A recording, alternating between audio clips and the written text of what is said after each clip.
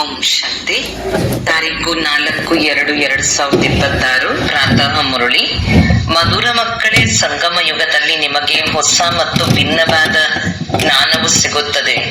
ನೀವು ತಿಳಿದುಕೊಂಡಿದ್ದೀರಿ, ನಾವೆಲ್ಲ ಆತ್ಮರು ಪಾತ್ರಧಾರಿಗಳಾಗಿದ್ದೇವೆ. ಒಬ್ಬರ ಪಾತ್ರವು ಇನ್ನೊಬ್ಬರಿಗೆ ಹೋಲುವುದಿಲ್ಲ. ಪ್ರಶ್ನೆ: ಮಾಯೆಯ ಮೇಲೆ ಜಯಗಳಿಸಲು ನೀವು ಆತ್ಮಿಕ ಯೋಧರಿಗೆ, ಕ್ಷತ್ರಿಯರಿಗೆ ಯಾವ ಯುಕ್ತಿ ಸಿಕ್ಕಿದೆ?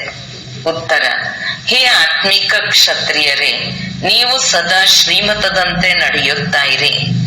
ಆತ್ಮ ಅಭಿಮಾನಿಯಾಗಿ ತಂದೆಯನ್ನು ನೆನಪು ಮಾಡಿ. ನಿತ್ಯವೂ ಬೆಳಿಗ್ಗೆ ಎದ್ದು ನೆನಪಿನಲ್ಲಿರುವ ಅಭ್ಯಾಸ ಮಾಡಿಕೊಳ್ಳಿ. ಆಗ ಮಾಯೆಯ ಮೇಲೆ ವಿಜಯವನ್ನು ಪ್ರಾಪ್ತಿ ಮಾಡಿಕೊಳ್ಳುವಿರಿ. ಉಲ್ಟಾ ಸುಲ್ಟಾ ಸಂಕಲ್ಪಗಳಿಂದ ಮುಕ್ತರಾಗುತ್ತೀರಿ. ನೆನಪಿನ ಮಧುರ ಯುಕ್ತಿಯು ಮಾಯಾಜೀತರನ್ನಾಗಿ ಮಾಡಿಬಿಡುವುದು. ಗೀತೆ: ಯಾರ ಜೊತೆಗಾರನು ಸ್ವಯಂ ಭಗವಂತನಾಗಿದ್ದಾರೆಯೋ ಅವರಿಗೆ ಬಿರುಗಾಳಿಗಳು ಏನು ಮಾಡಲಾರವು. ಓಂ ಶಾಂತಿ. ಇದು ಮನುಷ್ಯರು ರಚಿಸಿರುವ ಗೀತೆಯಾಗಿದೆ. ಇದರ ಅರ್ಥವನ್ನು ಯಾರು ತಿಳಿದುಕೊಂಡಿಲ್ಲ. ಗೀತೆ, ಭಜನೆ ಇತ್ಯಾದಿಗಳನ್ನು ಹಾಡುತ್ತಾರೆ, ಭಕ್ತರು ಮಹಿಮೆ ಮಾಡುತ್ತಾರೆ, ಆದರೆ ಏನನ್ನೂ ತಿಳಿದುಕೊಂಡಿಲ್ಲ. ಬಹಳ ಮಹಿಮೆ ಮಾಡುತ್ತಾರೆ. ನೀವು ಮಕ್ಕಳು ಯಾರದೇ ಮಹಿಮೆ ಮಾಡುವಂತಿಲ್ಲ. ಮಕ್ಕಳು ತಂದೆಗೆಂದು ಮಹಿಮೆ ಮಾಡುವುದಿಲ್ಲ. ತಂದೆಗೆ ತಿಳಿದಿದೆ ಇವರು ನನ್ನ ಮಕ್ಕಳಾಗಿದ್ದಾರೆ ಎಂದು, ಮತ್ತು ಮಕ್ಕಳಿಗೆ ತಿಳಿದಿದೆ ಇವರು ನಮ್ಮ ತಂದೆಯಾಗಿದ್ದಾರೆ. ಈಗ ಇದು ಬೇಹದ್ದಿನ ಮಾತಾಗಿದೆ. ಎಲ್ಲರೂ ಬೇಹದ್ದಿನ ತಂದೆಯನ್ನು ನೆನಪು ಮಾಡುತ್ತಾರೆ. ಇಲ್ಲಿಯವರೆಗೂ ನೆನಪು ಮಾಡುತ್ತಲೇ ಇರುತ್ತಾರೆ. ಭಗವಂತನಿಗೆ ಹೇ ತಂದೆಯೇ ಎಂದು ಹೇಳುತ್ತಾರೆ. ಇವರ ಹೆಸರಾಗಿದೆ ಶಿವ ತಂದೆ. ಹೇಗೆ ನಾವು ಆತ್ಮರಾಗಿದ್ದೇವೆಯೋ ಹಾಗೆಯೇ ಶಿವ ತಂದೆ ಇದ್ದಾರೆ. ಅವರು ಪರಮ ಆತ್ಮನಾಗಿದ್ದಾರೆ. ಅವರಿಗೆ ಸುಪ್ರೀಂ ಎಂದು ಹೇಳಲಾಗುತ್ತದೆ. ನಾವು ಅವರ ಮಕ್ಕಳಾಗಿದ್ದೇವೆ. ಅವರಿಗೂ ಪರಂ, ಶ್ರೇಷ್ಠ ಆತ್ಮನೆಂದು ಹೇಳಲಾಗುತ್ತದೆ. ಅವರ ನಿವಾಸ ಸ್ಥಾನವೆಲ್ಲಿದೆ? ಪರಮಧಾಮದಲ್ಲಿ. ಅಲ್ಲಿ ಎಲ್ಲ ಆತ್ಮರು ಇರುತ್ತಾರೆ. ಆತ್ಮಗಳೇ ಪಾತ್ರಧಾರಿಗಳಾಗಿದ್ದೀರಿ. ನಿಮಗೆ ತಿಳಿದಿದೆ, ನಾಟಕದಲ್ಲಿ ಪಾತ್ರಧಾರಿಗಳು ನಂಬರ್ ವಾರ್ ಇರುತ್ತಾರೆ. ಪ್ರತಿಯೊಬ್ಬರ ಪಾತ್ರದ ಅನುಸಾರ ವೇತನ ಸಿಗುತ್ತದೆ. ಯಾರೆಲ್ಲ ಪರಮಧಾಮದಲ್ಲಿರುವರೋ ಎಲ್ಲರೂ ಪಾತ್ರಧಾರಿಗಳಾಗಿದ್ದಾರೆ. ಆದರೆ ಎಲ್ಲರಿಗೆ ನಂಬರ್ ವಾರ್ ಪಾತ್ರವು ಸಿಕ್ಕಿದೆ. ಆತ್ಮಿಕ ತಂದೆಯು ತಿಳಿಸುತ್ತಾರೆ, ಆತ್ಮಗಳಲ್ಲಿ ಹೇಗೆ ಅವಿನಾಶಿ ಪಾತ್ರವು ನಿಗದಿಯಾಗಿದೆ ಎಂದು. ಎಲ್ಲ ಆತ್ಮರ ಪಾತ್ರವು ಒಂದೇ ರೀತಿ ಇರಲು ಸಾಧ್ಯವಿಲ್ಲ. ಎಲ್ಲರಲ್ಲಿ ಒಂದೇ ರೀತಿಯ ಶಕ್ತಿ ಇಲ್ಲ. ನೀವು ತಿಳಿದುಕೊಂಡಿದ್ದೀರಿ, ಯಾರು ಶಿವನ ರುದ್ರಮಾಲೆಯಲ್ಲಿ ಮೊದಲು ಇರುವರು ಅವರದೇ ಒಳ್ಳೆಯ ಪಾತ್ರವಾಗಿದೆ. ನಾಟಕದಲ್ಲಿ ಯಾರು ಬಹಳ ಒಳ್ಳೊಳ್ಳೆಯ ಪಾತ್ರಧಾರಿಗಳಿರುವರು ಅವರಿಗೆ ಎಷ್ಟೊಂದು ಮಹಿಮೆಯಾಗುತ್ತದೆ. ಕೇವಲ ಅವರನ್ನು ನೋಡುವುದಕ್ಕಾಗಿಯೇ ಮನುಷ್ಯರು ಹೋಗುತ್ತಾರೆ ಅಂದಾಗ ಇದು ಬೇಹದ್ದಿನ ನಾಟಕವಾಗಿದೆ. ಈ ಬೇಹದ್ದಿನ ನಾಟಕದಲ್ಲಿಯೂ ಶ್ರೇಷ್ಠರು ಒಬ್ಬ ತಂದೆಯಾಗಿದ್ದಾರೆ. ಶ್ರೇಷ್ಠಾತಿ ಶ್ರೇಷ್ಠ ಪಾತ್ರಧಾರಿ, ರಚಯಿತ, ನಿರ್ದೇಶಕನೆಂದು ಹೇಳಬಹುದು. ಅವರೆಲ್ಲರೂ ಸೀಮಿತವಾದ ಪಾತ್ರಧಾರಿಗಳು, ನಿರ್ದೇಶಕರಾಗಿರುತ್ತಾರೆ. ಅವರಿಗೆ ತಮ್ಮ ಚಿಕ್ಕ ಪಾತ್ರವು ಸಿಕ್ಕಿದೆ. ಆತ್ಮವು ಪಾತ್ರವನ್ನು ಅಭಿನಯಿಸುತ್ತದೆ. ಆದರೆ ದೇಹಾಭಿಮಾನದ ಕಾರಣ ಮನುಷ್ಯರದು ಇಂತಹ ಪಾತ್ರವಿದೆ ಎಂದು ಹೇಳಿಬಿಡುತ್ತಾರೆ. ಆದರೆ ತಂದೆಯು ತಿಳಿಸುತ್ತಾರೆ, ಪಾತ್ರವೆಲ್ಲವೂ ಆತ್ಮನದಾಗಿದೆ. ಆತ್ಮಾಭಿಮಾನಿಯಾಗಬೇಕಾಗುತ್ತದೆ. ತಂದೆಯು ತಿಳಿಸುತ್ತಾರೆ, ಸತ್ಯಯುಗದಲ್ಲಿ ಆತ್ಮಾಭಿಮಾನಿಗಳಿರುತ್ತಾರೆ, ತಂದೆಯನ್ನು ತಿಳಿದುಕೊಂಡಿರುವುದಿಲ್ಲ. ಇಲ್ಲಿ ಕಲಿಯುಗದಲ್ಲಾದರೆ ಆತ್ಮಾಭಿಮಾನಿಗಳು ಇಲ್ಲ ಮತ್ತು ತಂದೆಯನ್ನೂ ಸಹ ತಿಳಿದುಕೊಂಡಿಲ್ಲ. ನೀವೀಗ ಆತ್ಮಾಭಿಮಾನಿಯಾಗುತ್ತೀರಿ, ತಂದೆಯನ್ನು ತಿಳಿದುಕೊಂಡಿದ್ದೀರಿ. ನೀವು ಬ್ರಾಹ್ಮಣರಿಗೆ ಭಿನ್ನವಾದ ಜ್ಞಾನವು ಸಿಗುತ್ತದೆ. ನೀವು ಆತ್ಮನನ್ನು ತಿಳಿದುಕೊಂಡಿದ್ದೀರಿ. ನಾವೆಲ್ಲ ಆತ್ಮರು ಪಾತ್ರಧಾರಿಗಳಾಗಿದ್ದೇವೆ. ಎಲ್ಲರಿಗೂ ಪಾತ್ರವು ಸಿಕ್ಕಿದೆ. ಒಬ್ಬರ ಪಾತ್ರವು ಇನ್ನೊಬ್ಬರಿಗೆ ಹೋಲುವುದಿಲ್ಲ. ಆ ಪಾತ್ರವೆಲ್ಲವೂ ಆತ್ಮದಲ್ಲಿದೆ. ವಾಸ್ತವದಲ್ಲಿ ಆ ಸೀಮಿತವಾದ ನಾಟಕದ ಪಾತ್ರವನ್ನು ಸಹ ಆತ್ಮವೇ ಧಾರಣೆ ಮಾಡಿಕೊಳ್ಳುತ್ತದೆ. ಒಳ್ಳೆಯ ಪಾತ್ರವನ್ನು ಆತ್ಮವೇ ಪಡೆದುಕೊಳ್ಳುತ್ತದೆ. ನಾನು ರಾಜ್ಯಪಾಲನಾಗಿದ್ದೇನೆ, ಇಂತಹವನಾಗಿದ್ದೇನೆಂದು ಆತ್ಮವೇ ಹೇಳುತ್ತದೆ. ಆದರೆ ಆತ್ಮಾಭಿಮಾನಿಯಾಗುವುದಿಲ್ಲ. ಸತ್ಯಯುಗದಲ್ಲಿಯೂ ಸಹ ನಾನು ಆತ್ಮನಾಗಿದ್ದೇನೆ, ಒಂದು ಶರೀರವನ್ನು ಬಿಟ್ಟು ಇನ್ನೊಂದನ್ನು ಪಡೆದುಕೊಳ್ಳಬೇಕೆಂದು ತಿಳಿದುಕೊಳ್ಳುತ್ತಾರೆ. ಆದರೆ ಪರಮಾತ್ಮನನ್ನು ಯಾರೂ ತಿಳಿದುಕೊಂಡಿರುವುದಿಲ್ಲ. ಈ ಸಮಯದಲ್ಲಿ ನೀವು ಎಲ್ಲವನ್ನೂ ತಿಳಿದುಕೊಂಡಿದ್ದೀರಿ. ಶೂದ್ರರು ಮತ್ತು ದೇವತೆಗಳಿಗಿಂತಲೂ ನೀವು ಬ್ರಾಹ್ಮಣರು ಉತ್ತಮರಾಗಿದ್ದೀರಿ. ಇಷ್ಟೊಂದು ಮಂದಿ ಬ್ರಾಹ್ಮಣರು ಎಲ್ಲಿಂದ ಬರುತ್ತಾರೆ? ಪ್ರದರ್ಶನಿಯಲ್ಲಿ ಲಕ್ಷಾಂತರ ಮಂದಿ ಬರುತ್ತಾರೆ. ಯಾರು ಚೆನ್ನಾಗಿ ತಿಳಿದುಕೊಂಡರೋ, ಜ್ಞಾನವನ್ನು ಕೇಳಿದರೋ ಅವರು ಪ್ರಜೆಯಾಗಿ ಬಿಟ್ಟರು. ಒಬ್ಬೊಬ್ಬ ರಾಜನಿಗೂ ಬಹಳ ಮಂದಿ ಪ್ರಜೆಗಳಿರುತ್ತಾರೆ. ನೀವೀಗ ಬಹಳ ಪ್ರಜೆಗಳನ್ನು ತಯಾರು ಮಾಡಿದ್ದೀರಿ. ಪ್ರದರ್ಶಿನಿ ಪ್ರೊಜೆಕ್ಟರ್ ನಿಂದ ಕೆಲವರು ತಿಳಿದುಕೊಂಡು ಒಳ್ಳೆಯವರಾಗಿ ಬಿಡುತ್ತಾರೆ, ಕಲಿಯುತ್ತಾರೆ, ಯೋಗ ಮಾಡುತ್ತಾರೆ. ಈಗ ಅಂತಹವರು ಬರತೊಡಗುತ್ತಾರೆ. ಪ್ರಜೆಗಳು ತಯಾರಾಗುವರು. ಮತ್ತೆ ಸಾಹುಕಾರರು, ರಾಜ, ರಾಣಿ, ಬಡವರು ಎಲ್ಲರೂ ತಯಾರಾಗುವರು. ರಾಜಕುಮಾರ ಕುಮಾರಿಯರು ಬಹಳ ಮಂದಿ ಇರುತ್ತಾರೆ. ಸತ್ಯಯುಗದಿಂದ ತ್ರೇತಾದವರೆಗೂ ರಾಜಕುಮಾರ ಕುಮಾರಿಯರಾಗಬೇಕು. ಕೇವಲ 8 ಅಥವಾ 108 ಮಂದಿ ಇರುವುದಿಲ್ಲ. ಈಗ ಎಲ್ಲರೂ ತಯಾರಾಗುತ್ತಿದ್ದಾರೆ. ನೀವು ಸರ್ವಿಸ್ ಮಾಡುತ್ತಾ ಇರುತ್ತೀರಿ. ಇದು ಹೊಸದೇನಲ್ಲ. ನೀವು ಯಾವುದೇ ಕಾರ್ಯಕ್ರಮ ಮಾಡಿದಿರಿ, ಅದು ಹೊಸ ಮಾತಲ್ಲ. ಅನೇಕ ಬಾರಿ ಮಾಡಿದ್ದೀರಿ. ಮತ್ತೆ ಸಂಗಮದಲ್ಲಿ ಇದೇ ಕರ್ತವ್ಯ ಮಾಡುತ್ತೀರಿ. ಮತ್ತೇನು ಮಾಡುವಿರಿ? ತಂದೆಯು ಪತೀತರನ್ನು ಪಾವನ ಮಾಡುವುದಕ್ಕಾಗಿಯೇ ಬರುತ್ತಾರೆ. ಇದಕ್ಕೆ ವಿಶ್ವದ ಚರಿತ್ರೆ ಭೂಗೋಳವೆಂದು ಹೇಳಲಾಗುತ್ತದೆ. ಪ್ರತಿಯೊಂದು ಮಾತಿನಲ್ಲೂ ನಂಬರ್ ವಾರಂತೂ ಇದ್ದೇ ಇರುತ್ತದೆ. ನಿಮ್ಮಲ್ಲಿ ಯಾರಾದರೂ ಚೆನ್ನಾಗಿ ಭಾಷಣ ಮಾಡಿದರೆ ಇವರು ಬಹಳ ಚೆನ್ನಾಗಿ ಭಾಷಣ ಮಾಡಿದರೆಂದು ಎಲ್ಲರೂ ಹೇಳುತ್ತಾರೆ. ನಂತರ ಎರಡನೆಯವರ ಭಾಷಣವನ್ನು ಕೇಳಿದಾಗಲೂ ಸಹ ಮೊದಲಿನವರು ಚೆನ್ನಾಗಿ ತಿಳಿಸುತ್ತಿದ್ದರು ಎಂದು ಹೇಳುತ್ತಾರೆ. ಮೂರನೆಯವರು ಮೊದಲಿನವರಿಗಿಂತಲೂ ತೀಕ್ಷ್ಣವಾಗಿದ್ದರೆ ಇವರು ಮೊದಲಿನವರಿಗಿಂತಲೂ ತೀಕ್ಷ್ಣವಾಗಿದ್ದಾರೆಂದು ಹೇಳುತ್ತಾರೆ. ಪ್ರತಿ ಮಾತಿನಲ್ಲೂ ನಾವು ಅವರಿಗಿಂತಲೂ ಮೇಲೆ ಹೋಗಬೇಕೆಂದು ಪುರುಷಾರ್ಥ ಮಾಡಲಾಗುತ್ತದೆ. ಯಾರು ಬುದ್ಧಿವಂತರಾಗಿರುವರೋ ಅವರು ಭಾಷಣ ಮಾಡುವುದಕ್ಕಾಗಿ ಕೂಡಲೇ ಕೈ ಎತ್ತುತ್ತಾರೆ. ನೀವೆಲ್ಲರೂ ಪುರುಷಾರ್ಥಿಗಳಾಗಿದ್ದೀರಿ. ಮುಂದೆ ಹೋದಂತೆ ಮೇಲ್ ಟ್ರೈನ್ ಆಗಿ ಬಿಡುತ್ತಾರೆ. ಹೇಗೆ ಮಮ್ಮಾರವರು ವಿಶೇಷ ಮೇಲ್ ಟ್ರೈನ್ ಆಗಿದ್ದರು, ಬಾಬಾರವರದಂತೂ ಅರ್ಥವಾಗುವುದಿಲ್ಲ. ಏಕೆಂದರೆ ಶಿವ ತಂದೆ ಮತ್ತು ಇವರು ಒಟ್ಟಿಗೆ ಇದ್ದಾರೆ.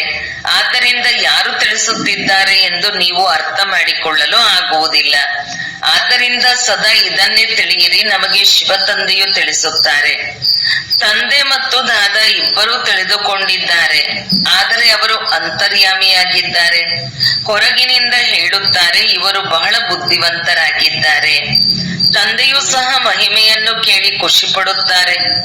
ಲೌಕಿಕ ತಂದೆಗೂ ಸಹ ತಮ್ಮ ಮಕ್ಕಳು ಚೆನ್ನಾಗಿ ಓದಿ ಶ್ರೇಷ್ಠ ಪದವಿಯನ್ನು ಪಡೆಯುವರು. ಈ ಮಗು ನನ್ನ ಹೆಸರನ್ನು ಪ್ರಖ್ಯಾತ ಮಾಡುವರೆಂದು ತಿಳಿಯುವರು. ಹಾಗೆಯೇ ಇವರು ಸಹ ತಿಳಿದುಕೊಳ್ಳುತ್ತಾರೆ, ಇಂತಹ ಮಗು ಈ ಆತ್ಮಿಕ ಸೇವೆಯಲ್ಲಿ ಬುದ್ಧಿವಂತನಾಗಿದೆ. ಮುಖ್ಯವಾದುದು ಭಾಷಣ ಮಾಡುವುದಾಗಿದೆ. ತಂದೆಯು ಉದಾಹರಣೆಯನ್ನು ತಿಳಿಸಿದ್ದರು. ಒಬ್ಬರಿಗೆ 5 ಮಂದಿ ಮಕ್ಕಳಿದ್ದರು. ಯಾರೋ ಕೇಳಿದರು, ನಿಮಗೆ ಎಷ್ಟು ಮಂದಿ ಮಕ್ಕಳಿದ್ದಾರೆ ಎಂದು. ಅದಕ್ಕೆ ಅವರು 2 ಮಕ್ಕಳಿದ್ದಾರೆಂದು ಹೇಳಿದರು. ನಿಮಗಂತೂ 5 ಮಂದಿ ಮಕ್ಕಳಿದ್ದಾರೆ, ಆದರೆ 2 ಎಂದು ಏಕೆ ಹೇಳುತ್ತೀರಿ ಎಂದು ಕೇಳಿದಾಗ, ನನ್ನ ಹೆಸರನ್ನು ಉಳಿಸುವ ಸುಪುತ್ರರು 2 ಆಗಿದ್ದಾರೆ ಎಂದರು. ಇಲ್ಲಿಯೂ ಹಾಗೆಯೇ ಮಕ್ಕಳಂತೂ ಅನೇಕರಿದ್ದಾರೆ. ತಂದೆಯು ತಿಳಿಸುತ್ತಾರೆ, ಈ ಡಾಕ್ಟರ್ ನಿರ್ಮಲಾ ಮಗು ಬಹಳ ಒಳ್ಳೆಯವರಾಗಿದ್ದಾರೆ. ಬಹಳ ಪ್ರೀತಿಯಿಂದ ಲೌಕಿಕ ತಂದೆಗೆ ತಿಳಿಸಿ ಸೇವಾ ಕೇಂದ್ರವನ್ನು ತೆರೆಸಿದ್ದಾರೆ. ಇದು ಭಾರತದ ಸೇವೆಯಾಗಿದೆ. ನೀವು ಭಾರತವನ್ನು ಸ್ವರ್ಗವನ್ನಾಗಿ ಮಾಡುತ್ತೀರಿ. ರಾವಣನು ಈ ಭಾರತವನ್ನು ನರಕವನ್ನಾಗಿ ಮಾಡಿದನು. ಒಬ್ಬ ಸೀತೆಯು ಬಂಧನದಲ್ಲಿರಲಿಲ್ಲ, ಆದರೆ ನೀವೆಲ್ಲ ಸೀತೆಯರು ರಾವಣನ ಬಂಧನದಲ್ಲಿದ್ದೀರಿ. ಬಾಕಿ ಶಾಸ್ತ್ರಗಳಲ್ಲಿ ಎಲ್ಲವೂ ದಂತಕಥೆಗಳಿವೆ. ಈ ಭಕ್ತಿ ಮಾರ್ಗವೂ ಸಹ ಡ್ರಾಮಾದಲ್ಲಿದೆ. ಸತ್ಯಯುಗದಿಂದ ಹಿಡಿದು ಯಾವುದು ಕಳೆದು ಹೋಯಿತೋ ಅದು ಪುನರಾವರ್ತನೆಯಾಗುವುದು.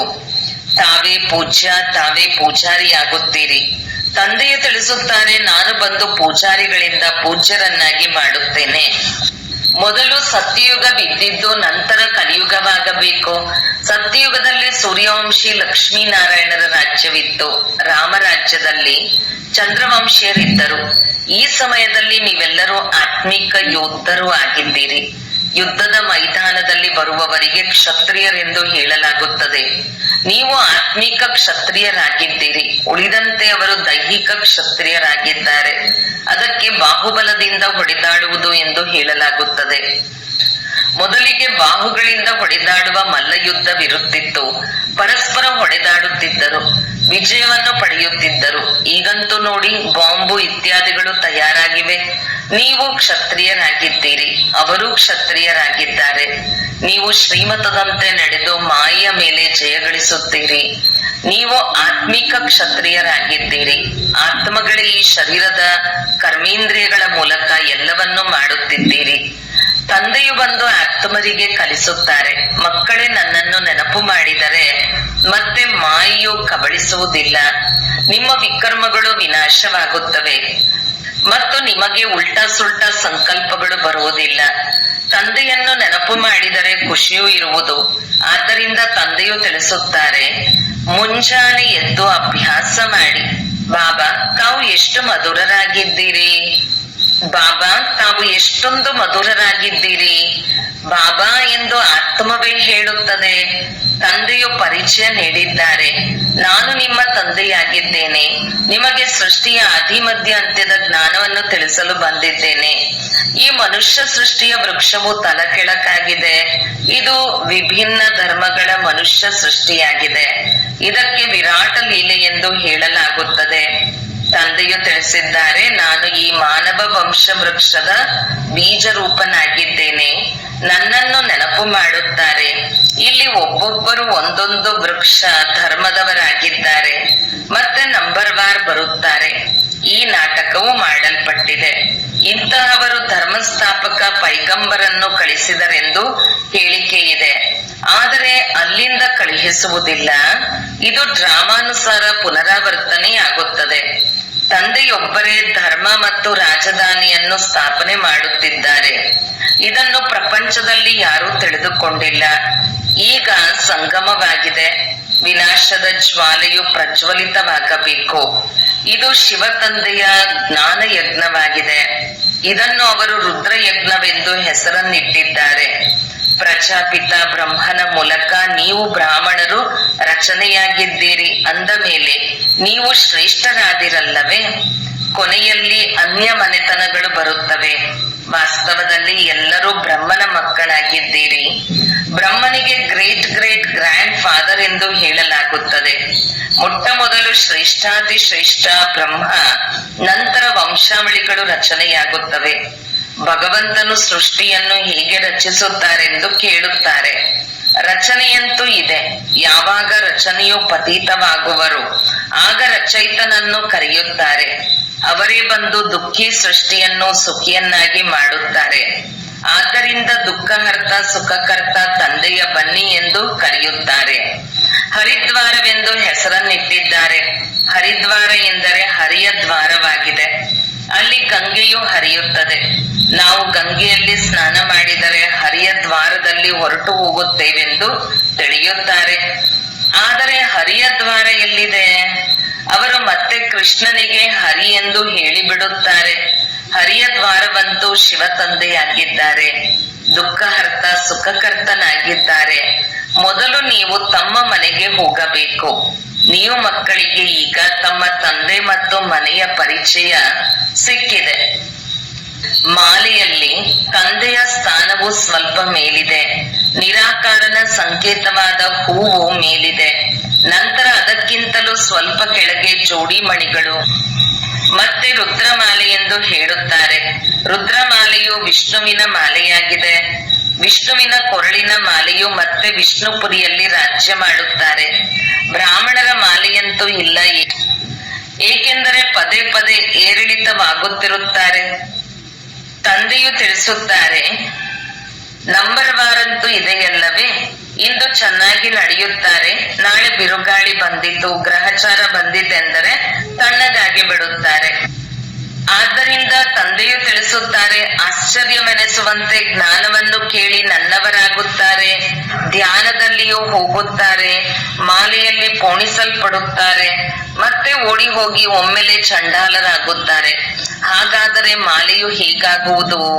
ಆದ್ದರಿಂದಲೇ ಬ್ರಾಹ್ಮಣರ ಮಾಲೆಯು ತಯಾರಾಗುವುದಿಲ್ಲವೆಂದು ತಂದೆಯು ತಿಳಿಸುತ್ತಾರೆ. ಭಕ್ತಿಯ ಮಾಲೆಯೇ ಬೇರೆ, ರುದ್ರ ಮಾಲೆಯೇ ಬೇರೆಯಾಗಿದೆ. ಭಕ್ತ ಮಾಲೆಯಲ್ಲಿ ಪ್ರಮುಖರಾದವರು ಸ್ತ್ರೀಯರಲ್ಲಿ ಮೀರಾ ಮತ್ತು ಭಕ್ತರಲ್ಲಿ ನಾರದ. ಇದು ರುದ್ರಮಾಲೆಯಾಗಿದೆ. ಸಂಗಮದಲ್ಲಿ ತಂದೆಯೇ ಬಂದು ಮುಕ್ತಿ, ಜೀವನ್ಮುಕ್ತಿಯನ್ನು ಕೊಡುತ್ತಾರೆ. ಮಕ್ಕಳು ತಿಳಿದುಕೊಂಡಿದ್ದೀರಿ, ನಾವೇ ಸ್ವರ್ಗದ ಮಾಲೀಕರಾಗಿದ್ದೆವು, ಈಗ ನರಕದಲ್ಲಿದ್ದೇವೆ. ತಂದೆಯು ತಿಳಿಸುತ್ತಾರೆ, ಮಕ್ಕಳೇ, ನರಕವನ್ನು ಒದೆಯಿರಿ, ಸ್ವರ್ಗದ ರಾಜ್ಯ ಭಾಗ್ಯವನ್ನು ಪಡೆಯಿರಿ. ಯಾವುದನ್ನು ರಾವಣನು ನಮ್ಮಿಂದ ಕಸಿದುಕೊಂಡಿದ್ದಾನೆ ಇದನ್ನು ತಂದೆಯೇ ಬಂದು ತಿಳಿಸುತ್ತಾರೆ.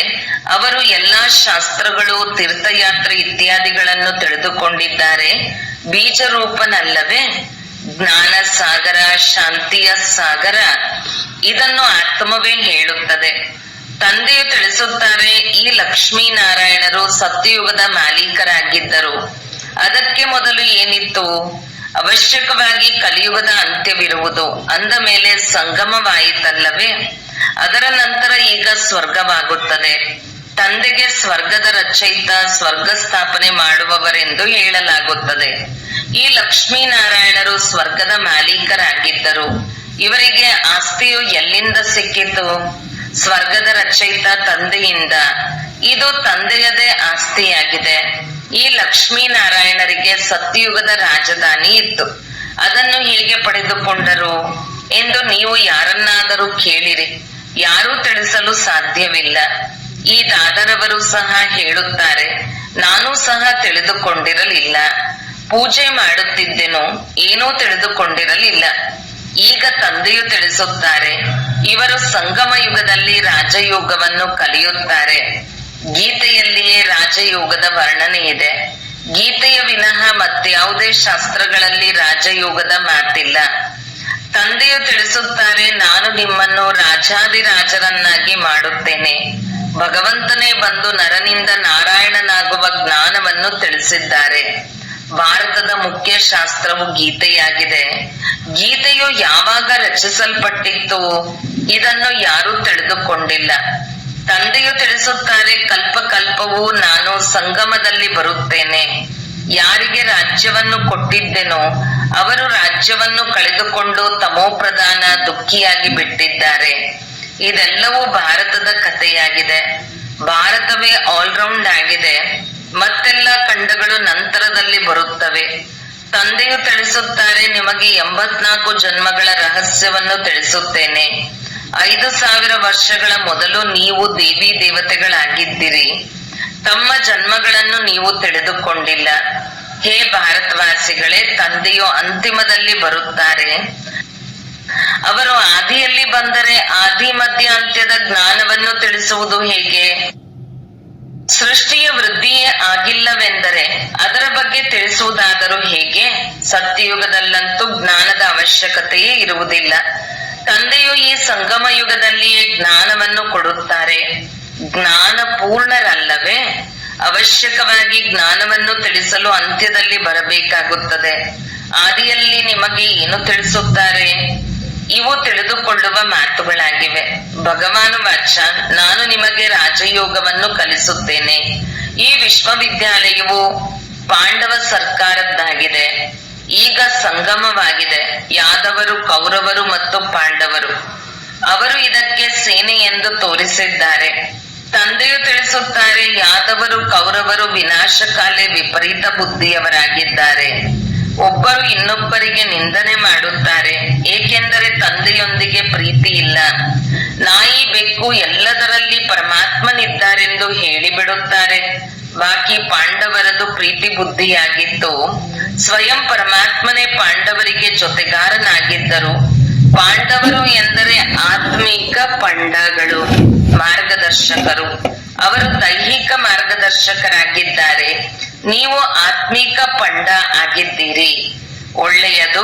ಮಧುರಾತಿ ಮಧುರ ಅಗಲಿ ಹೋಗಿ ಮರಳಿ ಸಿಕ್ಕಿರುವ ಮಕ್ಕಳ ಪ್ರತಿ ಮಾತಪಿತಾ ಬಾಗ್ದಾದರವರ ನೆನಪು, ಪ್ರೀತಿ ಹಾಗೂ ಸುಪ್ರಭಾತ. ಆತ್ಮೀಯ ಮಕ್ಕಳಿಗೆ ಆತ್ಮೀಯ ತಂದೆಯ ನಮಸ್ತೆ. ಧಾರಣೆಗಾಗಿ ಮುಖ್ಯ ಸಾರ 1. ಆತ್ಮಾಭಿಮಾನಿಯಾಗಿ ಈ ಬೇಹದ್ದಿನ ನಾಟಕದಲ್ಲಿ ಹೀರೋ ಪಾತ್ರವನ್ನು ಅಭಿನಯಿಸಬೇಕು. ಪ್ರತಿಯೊಬ್ಬ ಪಾತ್ರಧಾರಿಯ ಪಾತ್ರವು ಬೇರೆ ಬೇರೆಯಾಗಿದೆ. ಆದ್ದರಿಂದ ಯಾರದೇ ಪಾತ್ರದೊಂದಿಗೆ ಈರ್ಷ್ಯೆ ಮಾಡಬಾರದು. 2. ಬೆಳಿಗ್ಗೆ ಎದ್ದು ತಮ್ಮೊಂದಿಗೆ ತಾವೇ ಮಾತನಾಡಬೇಕು. ಅಭ್ಯಾಸ ಮಾಡಬೇಕು. ನಾನು ಈ ಶರೀರದ ಕರ್ಮೇಂದ್ರಿಯಗಳಿಂದ ಭಿನ್ನವಾಗಿದ್ದೇನೆ. ಬಾಬಾ, ತಾವು ಎಷ್ಟೊಂದು ಮಧುರರಾಗಿದ್ದೀರಿ. ತಾವು ನಮಗೆ ಸೃಷ್ಟಿಯ ಆದಿ ಮಧ್ಯ ಅಂತ್ಯದ ಜ್ಞಾನವನ್ನು ಕೊಡುತ್ತೀರಿ. ವರದಾನ: ತಂದೆಯ ಸಂಸ್ಕಾರಗಳನ್ನು ತಮ್ಮ ಸತ್ಯ ಸಂಸ್ಕಾರವನ್ನಾಗಿ ಮಾಡಿಕೊಳ್ಳುವ. ವ್ಯರ್ಥ ಅಥವಾ ಹಳೆಯ ಸಂಸ್ಕಾರಗಳಿಂದ ಮುಕ್ತ ಭವ. ಯಾವುದೇ ವ್ಯರ್ಥ ಸಂಕಲ್ಪ ಅಥವಾ ಹಳೆಯ ಸಂಸ್ಕಾರಗಳು ದೇಹ ಅಭಿಮಾನದ ಸಂಬಂಧದಿಂದ ಇದೆ. ಆತ್ಮಿಕ ಸ್ವರೂಪದ ಸಂಸ್ಕಾರವು ತಂದೆಯ ಸಮಾನವಾಗಿರುತ್ತದೆ. ಹೇಗೆ ತಂದೆಯು ಸದಾ ವಿಶ್ವ ಕಲ್ಯಾಣಕಾರಿ, ಪರೋಪಕಾರಿ, ದಯಾಹೃದಯಿ, ವರದಾತ ಆಗಿದ್ದಾರೆಯೋ ಹಾಗೆಯೇ ಸ್ವಯಂನ ಸಂಸ್ಕಾರವು ಸ್ವಾಭಾವಿಕವಾಗಿ ಬಿಡುತ್ತದೆ. ಸಂಸ್ಕಾರವಾಗುವುದು ಅರ್ಥಾತ್ ಸಂಕಲ್ಪ, ಮಾತು ಮತ್ತು ಕರ್ಮವು ಅದಕ್ಕನುಸಾರ ಸ್ವತಃವಾಗಿ ನಡೆಯುವುದು. ಜೀವನದಲ್ಲಿ ಸಂಸ್ಕಾರವು ಒಂದು ಕಿಲಿ ಕೈಯಾಗಿದೆ. ಇದರಿಂದ ಸ್ವತಃವಾಗಿ ನಡೆಯುತ್ತಾ ಇರುತ್ತೀರಿ. ನಂತರ ಪರಿಶ್ರಮ ಪಡುವ ಅವಶ್ಯಕತೆಯೇ ಇರುವುದಿಲ್ಲ. ಸ್ಲೋಗನ್: ಆತ್ಮಿಕ ಸ್ಥಿತಿಯಲ್ಲಿದ್ದು ತನ್ನ ರಥ ಶರೀರದ ಮೂಲಕ ಕಾರ್ಯವನ್ನು ಮಾಡಿಸುವವರೇ ಸತ್ಯ ಪುರುಷಾರ್ಥಿಯಾಗಿದ್ದಾರೆ. ಅವ್ಯಕ್ತ ಸೂಚನೆ: ಏಕತೆ ಮತ್ತು ವಿಶ್ವಾಸದ ಗುಣಲಕ್ಷಣಗಳ ಮೂಲಕ ಸಫಲತಾ ಸಂಪನ್ನರು ಆಗಿ. ಹೇಗೆ ತಂದೆಯು ನಿಮ್ಮೆಲ್ಲರನ್ನು ಮೂಲೆ ಮೂಲೆಯಿಂದ ಹುಡುಕಿ ತೆಗೆದಿದ್ದಾರೆ. ಅನೇಕ ವೃಕ್ಷಗಳ ಕೊಂಬೆಗಳು ಈಗ ಒಂದೇ ಗಂಧದ ವೃಕ್ಷವಾಗಿ ಬಿಟ್ಟಿದೆ. ಜನ ಹೇಳುತ್ತಾರೆ, 2-4 ಮಾತೆಯರು ಒಟ್ಟಾಗಿ ಇರಲು ಸಾಧ್ಯವಿಲ್ಲ ಮತ್ತು ನೀವು ಮಾತೆಯರು ಇಡೀ ವಿಶ್ವದಲ್ಲಿ ಏಕತೆಯನ್ನು ಸ್ಥಾಪನೆ ಮಾಡುವುದಕ್ಕಾಗಿ ನಿಮಿತ್ತರಾಗಿದ್ದೀರಿ. ಇದೇ ನಿಮ್ಮ ಪರಸ್ಪರದ ಏಕತೆ ತಂದೆಯನ್ನು ಪ್ರತ್ಯಕ್ಷ ಮಾಡುವುದು. ಓಂ ಶಾಂತಿ.